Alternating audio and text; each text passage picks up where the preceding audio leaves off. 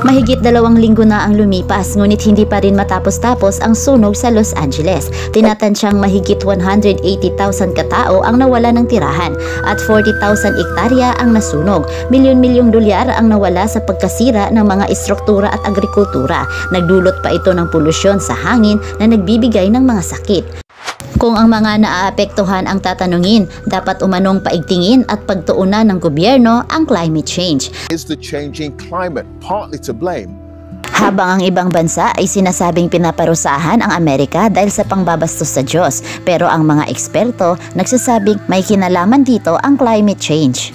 Found that climate change had caused an almost 200% increase, so almost doubled the area burnt by wildfire. Ngunit kumakailan lang muling umalis ang Amerika sa Paris Climate Treaty. Ang Paris Climate Treaty o Paris Agreement ay isang international na kasunduan para sa pagbabawas ng pag-init ng mundo. Ito ay nilagdaan noong December 12, 2015 sa Paris, France. Ang layunin nito ay limitahan ang pagtaas ng global average temperature, bawasan ang mga greenhouse emissions tulad ng carbon dioxide, methane at nitrous oxide, at para maiwasan ang mga masamang epekto ng pag-init ng mundo tulad ng pagtaas ng dagat, pagbabago sa klima at pagkasira ng ecosystem. May 195 bansang kasali sa Paris Agreement, kabilang na ang Pilipinas. Noong November 4, 2020, umalis ang Amerika sa kasunduang ito sa panahon ng termino ni Trump, ngunit muling sumali noong Enero 20, 2021 sa ilalim ng administrasyon ni Biden, at ngayon 2025 muling umalis, sabay ng pagkakaupong muli ni Trump. Ang pag-atras ng Amerika sa kasunduan sa ilalim ng administrasyon ni Trump ay bunsod ng ilang kadahilanan. Una, naniniwala si Trump na ang kasunduan ay maaaring makaapekto sa ekonomiya ng Amerika, partikular na sa industriya ng pagmimina at paggawa. Dagdag pa riyan, ang administrasyon ni Trump ay nagpahayag na ang kasunduan ay hindi makatarungan sa mga developed country tulad ng China at India na hindi sumusunod sa parehong antas ng pagbabawas ng carbon emission. Noong 2022, mahigit 1,000 scientists mula sa 25 mga bansa sa buong mundo ang nagprotesta tungkol sa climate change. Ang nais lang naman ng mga scientists ay pakinggan sila dahil sa kabila ng pagwa-warning nila ng ilang dekada na dapat pagpapahingain ang mundo mula sa nakakasirang mga carbon emissions, ay hindi sila pinapansin. Sa Amerika, ang mga nagprotestang scientists ay hinuli ng mga pulis. Ang mga sanhi ng climate change ay ang pagdami ng greenhouse gases na nagmumula sa pagsusunog ng fossil fuels. Ilan sa mga halimbawa nito ay ang mga usok na mula sa pabrika, pagsusunog ng mga basura, paggamit ng mga sasakyan at ang paggamit ng mga appliances. Ang carbon dioxide ay may mahalagang papel sa ating ecosystem. Ito rin ang proteksyon natin laban sa init at radiation mula sa araw at kalawakan. Ngunit pag sobrang kapal ng carbon dioxide sa ating atmosfera, sanhi ng greenhouse gases, ay hindi na rin makakalabas ang init at mag-overheat na ang ating mundo.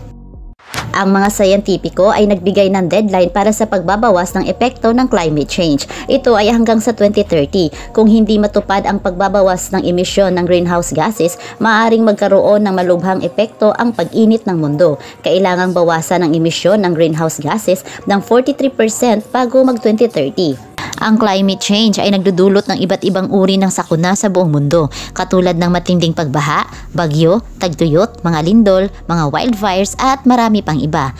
Banta ng mga scientists na kung hindi tayo maniniwala sa kanila ay maaaring katapusan na ng ating mundo.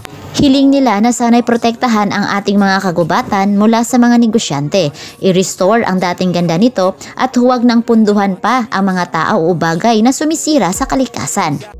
Nais nila na pigilan o huwag nang hayaang lumago pa ang paggamit ng fossil fuel. Ang fossil fuel ay ang pinagkukunan ng enerhiya na nagmula sa mga labi ng mga halaman at mga hayop na nabubuhay noong panahon ng prehistoric.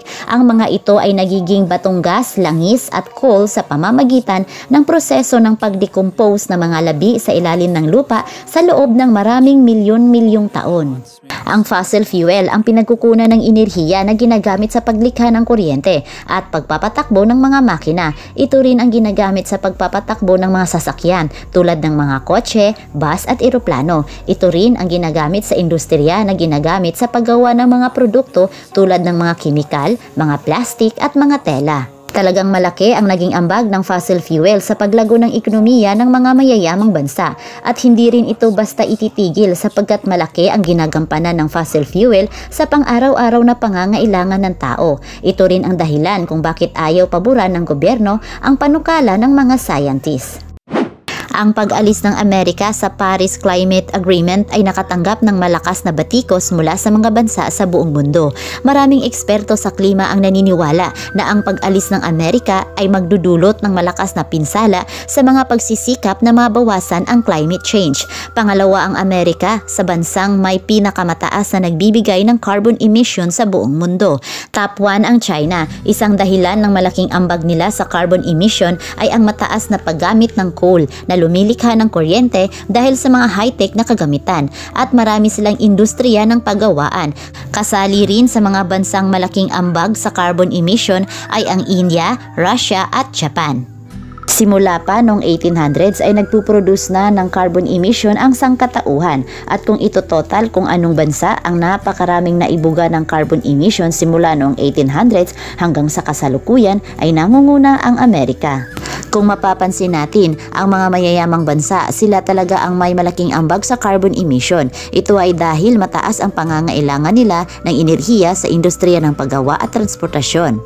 Ang Amerika ay isa sa mga pinakamalaking donor sa Green Climate Fund na nagbibigay ng pinansyal na suporta sa mga bansang may mababang kita upang matulungan silang magpatupad ng kanilang mga plano sa pagbabawas ng emisyon. Kaya malaking epekto talaga ang pag-alis ng Amerika sa Paris Treaty. Ang Pilipinas ang isa sa bansang nakikinabang sa Green Climate Fund.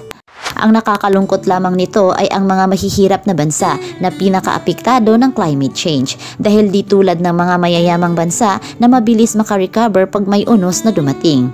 Ang mga mahihirap ay limitado ang pera, teknolohiya at kakayahan na makarecover agad sa mga unos. Kahit tayong mga ordinaryong mga mamamayan ay may magagawa para sa climate change. Sa simpleng pagtatanim sa bakuran ng mga halaman at puno ay malaking bagay na ito para mabawasan ang carbon emission. Ugaliin nating magtipid sa paggamit ng kuryente at kung maaari maglakad na lamang kung hindi naman masyadong kalayuan kaysa gumamit ng sasakyan. Nakatipid ka na, magiging healthy ka pa.